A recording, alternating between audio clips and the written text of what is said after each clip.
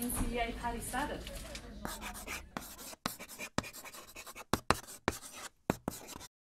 I mean, one of the big criticisms of the system at the moment is there's too much focus on the accumulation of credits. The idea of accumulating credits through the year at the outset of NCEA was a perfectly understandable one. It does produce a certain kind of motivation, but I think we've got evidence now that it hasn't worked. It creates a stressful environment for students, and it constantly puts the focus on assessment. The next assessment, the next lot of credits. It's something that's raised consistently, the balance between external and internal assessment, and I think we do need to think very carefully about whatever decisions we're making, what does that mean for the workload of teachers? I think it was a sort of a big brother, little sister approach. The big brother being New Zealand curriculum, and the little sister being the assessment. They're sort of, you know what little sisters are like? They're annoying and they demand attention. And it's like the little sister sort of telling the big brother what to do. And I find that certainly in the secondary school. We've lost a sense of what a curriculum is and could be. And we're just focused on standards and assessment. The suggestion to reduce the number of standards and to make them larger of scope is a very promising one in that regard. At the moment, and since we've had NCEA, the approach has been to treat standards as if they're curriculum units or topics. Teach them and then assess. Teach another one, assess it. I think we can be a lot more creative.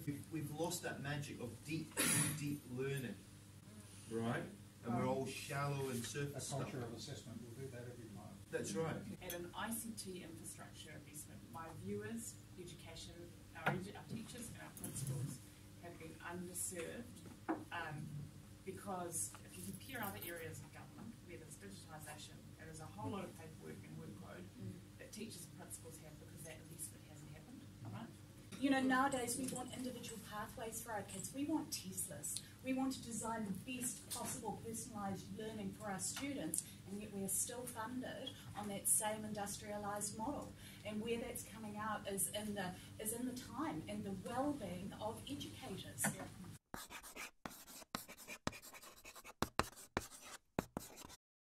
I'd like to know where this crisis of anxiety came from. Did it come from over-assessment? Did it come from that if you fail an assessment in a future that we've told them that you can't predict, so while we're saying you must pass, you must get qualifications, we actually don't know what for? Have we provided them with so much uncertainty, but a continual reinforcement that this matters, this matters, this matters, do it now, do it now, do it now? Yeah, certainly anxiety levels are increasing and they come through to us with that, but I think partly that's to do with national standards. We have, you know, students coming in who have tutors at primary school, so these children are being continually assessed by the time they reach us at year 11. That is just, you know, they're starting to explode.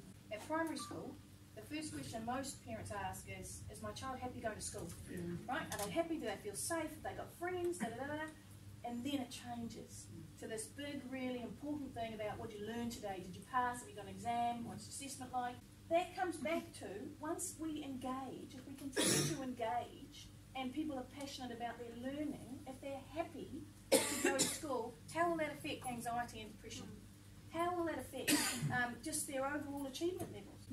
I mean, it's not just students who are anxious, whole families are anxious.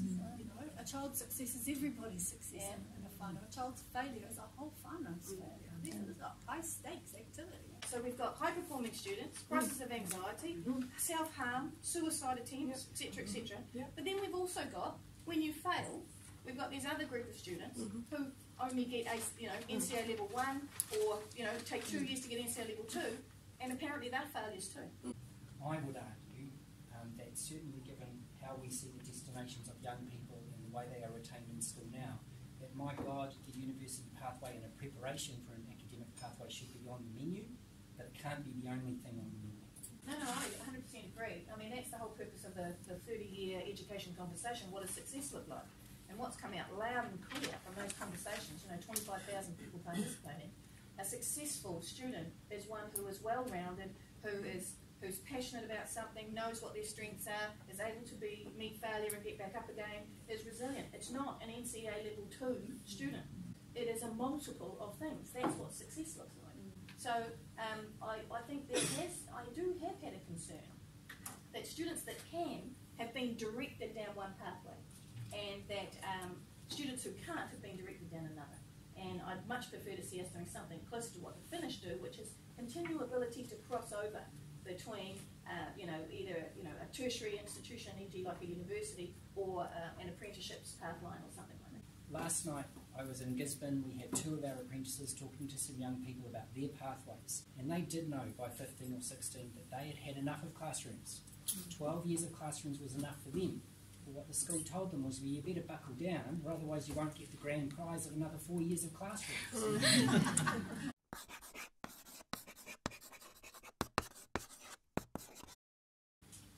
Well, one of the things that Māori Pacific whānau have told us is that the NCEA program is currently too complex, so they're drowning in information. It's We are. really impenetrable. I'm a year 12 dean, so I look at a lot of standards, and I look at them and I go, what does that one mean? And the kid looks at me and goes, oh, I don't know. We need to present that information in a clear manner so that students and parents also know what's happening. Consistent language across the country.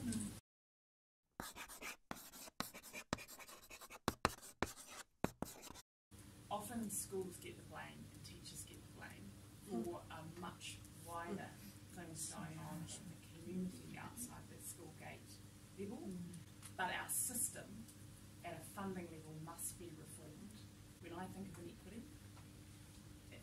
it manifests itself in multiple different layers.